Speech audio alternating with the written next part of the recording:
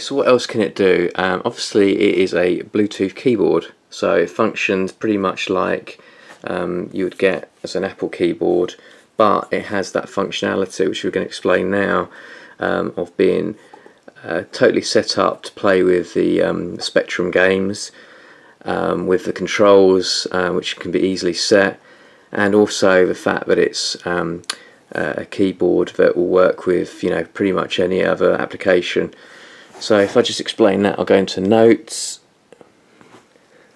Let's start that again. Okay, new Notes. So start typing. So why is that happening? I'm pressing M and P, and that's doing that. So really why it's doing that is because there's this setting here which essentially switches it on and off in terms of the adaptability of keyboard, and also the adaptability to the playing the game. So if I just switch that way, and I think it will have a better mark of this on the final. Enter, and then P O I U W. You can see that now, so that's now working. So let's type in games you delete, and obviously on the on this keyboard you have to press Cap Shift to delete. So games you loved, and it's, you know, you've got your keyboard now. If I flip that back and I try and do games you loved, then it does all sorts of strange things.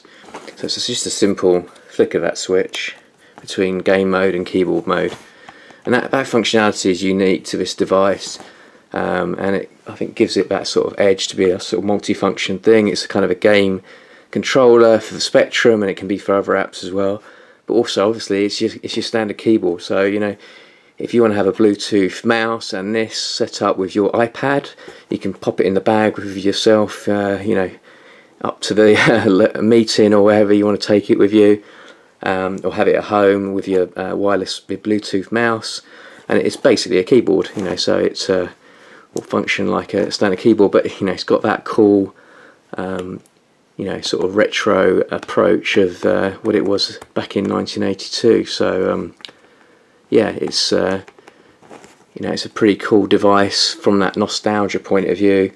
You can just use it as your standard keyboard, really, and that functionality obviously is part of the experience as well. You know, do you want to have a sort of, you know, brand new keyboard, or something a bit kind of retro on your desktop? Really, it gives you that option.